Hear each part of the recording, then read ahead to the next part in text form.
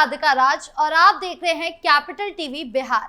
आज इस special story में बात होगी महागठबंधन और ओवैसी की। महागठबंधन में एआईएमआईएम प्रमुख असदुद्दीन ओवैसी कूदने के लिए छटपटाए हुए हैं। नेता बिहार में अपना वर्चस्व बनाने के लिए तेजस्वी यादव के इर्द गिर्द घूम रहे हैं, लेकिन सवाल ये है कि महागठबंधन ओवैसी को अपने खेमे में शामिल करेगा और कर लिया तो एनडीए का क्या होगा, सब कुछ जानेंगे विस्तार से।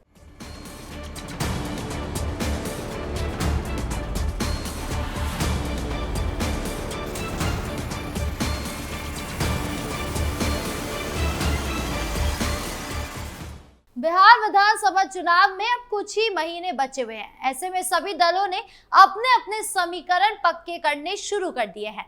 ऐसे में बिहार की सियासी सरगर्मी अचानक असदुद्दीन ओवैसी की पार्टी एआईएमआईएम ने बढ़ा दी है, जिसने बिहार चुनाव में राजद कांग्रेस के महागठबंधन के साथ मिलकर उतरने की इच्छा जताई है।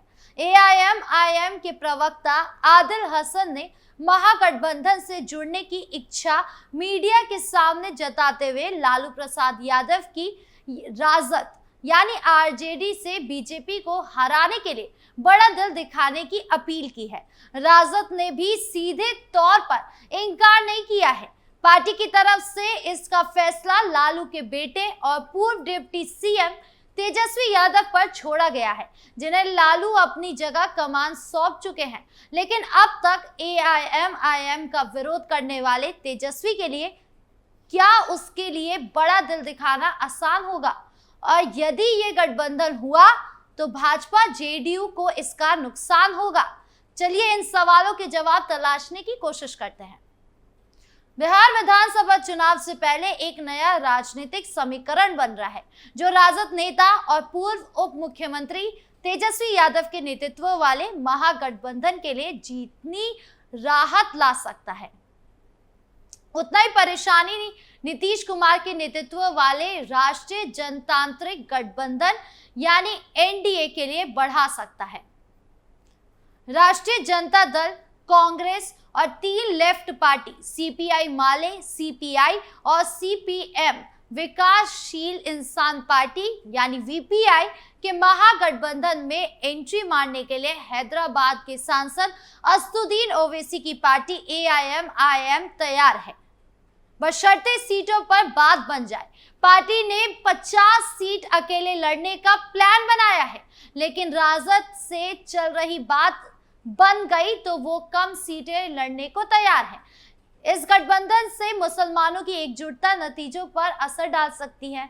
बिहार में जातियों और पार्टियों का चुनावी समीकरण देखने से पहले जान लीजिए कि ओवैसी की पार्टी के प्रदेश अध्यक्ष और इकलौते बच्चे विधायक अख्तरुल इमान ने बताया है कि बातचीत चल रही है और महागठबंधन से कोई नेगेटिव जवाब नहीं आया।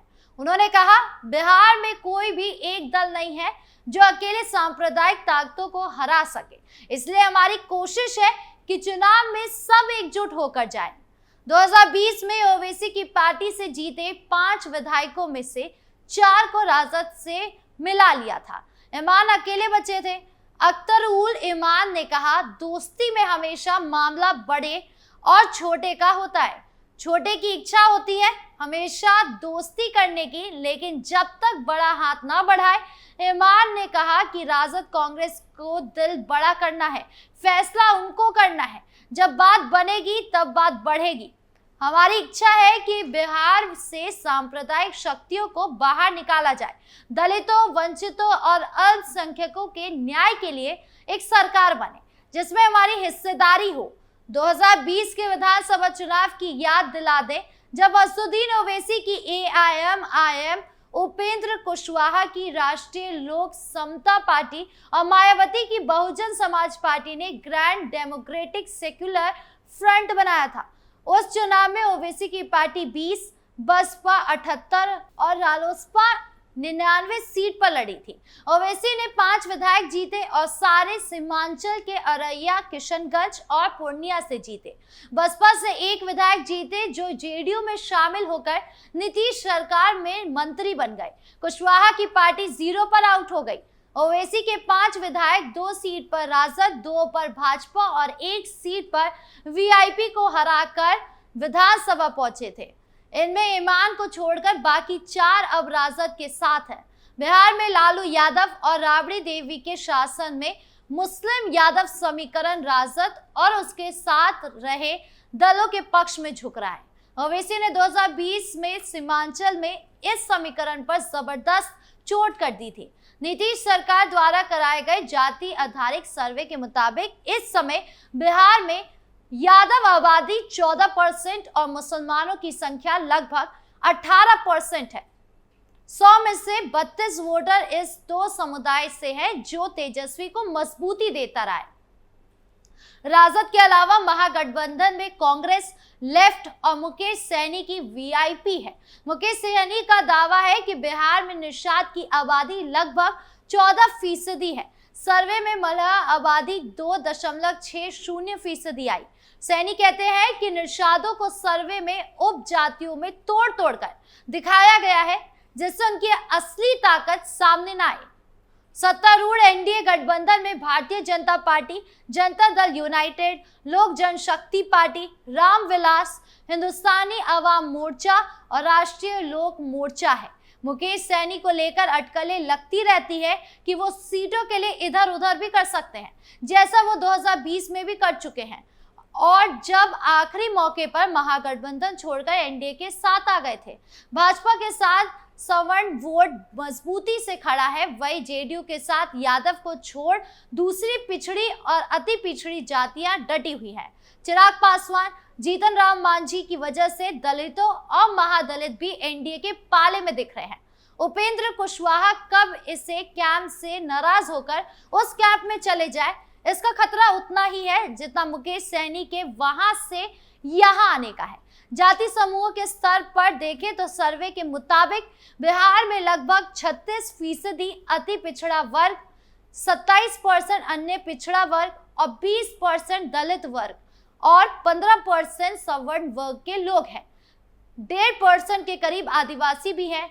हाल के चुनावों में अति पिछड़ा, दलित और सवर्ण वोटों का हाथ एनडीए के साथ रहा है। ओबीसी वोट के लिए नीतीश और लालू यादव के बीच खींचतान है।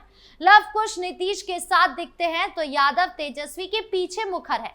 सैनी वोट कुछ सीटों पर निर्णायक है और कुछ इलाकों में प्रभावी है, लेकिन मुकेश सैनी की समस्या ये है कि वो अब खुद एक भी चुनाव नहीं जीत पाए। महागठबंधन में कार्डर वोट वाले वामपंथी दलों, खास तौर पर सीपीआई माले में शाहबाद और मगध इलाके में अपनी पकड़ लगातार मजबूत की है। इसका फायदा राजद और कांग्रेस को भी मिल रहा है। राहुल गांधी ने लोकसभा चुनाव के समय से ही कांग्रेस की राजनीति को दलित और पिछड़ों को वापस लाने पर केंद्रित कर रखा था। बिहार में दलित वोट का एक हिस्सा झटकने के लिए कांग्रेस ने रविदास जाति के दलित विधायक राजेश कुमार को अध्यक्ष बनाया है। ओवैसी और महागठबंधन का गठबंधन होने की सूरत में मुसलमान वोटों के बंटवारे का खतरा हद से ज्यादा कम हो जाएगा। ऐसे में लोकसभा चुनाव के बाद नई ताकत के साथ विधानसभा चुनाव में उतरने को तैयार महागठबंधन से नरेंद्र मोदी और नीतीश कुमार की लोकप्रियता पर सवार एनडीए की फाइट निश्चित रूप से टाइट हो जाएगी। नीतीश ने 225 सीट जीतने का लक्ष्य रखा है। ओवैसी के अलग लड़ने से नीतीश को बहुमत जुटाने में सहूलियत हो सकती है, लेकिन वो तेजस्वी के साथ आ गए तो दोनों गठबंधनों के बीच आमने सामने का मुकाबला तय है। यानी राजद ने एआईएमआईएम को साथ लेने या नहीं लेने का फैसला तेजस्वी यादव पर छोड़ा है, लेकिन उनके लिए यह फैसला लेना बेहद मुश्किल है। तेजस्वी यादव यदि एआईएमआईएम के लिए बड़ा दिल दिखाते हैं तो उन्हें सीमांचल में उनके साथ सीट बांटनी होगी। इससे सीमांचल इलाके में ओवैसी की पार्टी की पैठ और ज्यादा गहरी हो सकती है, जिससे मुस्लिम वोटर्स में उनका जुड़ाव और ज्यादा बढ़ेगा। राजद, कांग्रेस और महागठबंधन में शामिल वामपंथी दल भी मुस्लिमों को अपना कोर वोटर मानती है। वो नहीं चाहेंगे कि मुस्लिम वोट पर किसी और पार्टी का हक जुड़ जाए। ऐसे में तेजस्वी के लिए राज्य में मुस्लिम वोट पर हक जमाने वाली दूसरी पार्टी को खुद ही मजबूत करना आसान फैसला नहीं होगा। तो वही भाजपा और नीतीश कुमार की जेडीयू का गठबंधन अब तक बिहार में हिट रहा है। राज्य में ये गठबंधन लगातार सरकार बनाता रहा है। इसमें एआईएम का विपक्षी दलों से अलग चुनाव लड़ना भी भाजपा जेडीयू के काम आया है, क्योंकि इससे विपक्षी दलों को मिलने वाली मुस्लिम वोट बढ़ती रही है। यदि एआईएम ने महागठबंधन ज्वाइन कर लिया तो यहां मुस्लिम वोट का बंटवारा थम जाएगा, जिसका सीधा सा नुकसान भाजपा गठबंधन को हो सकता है।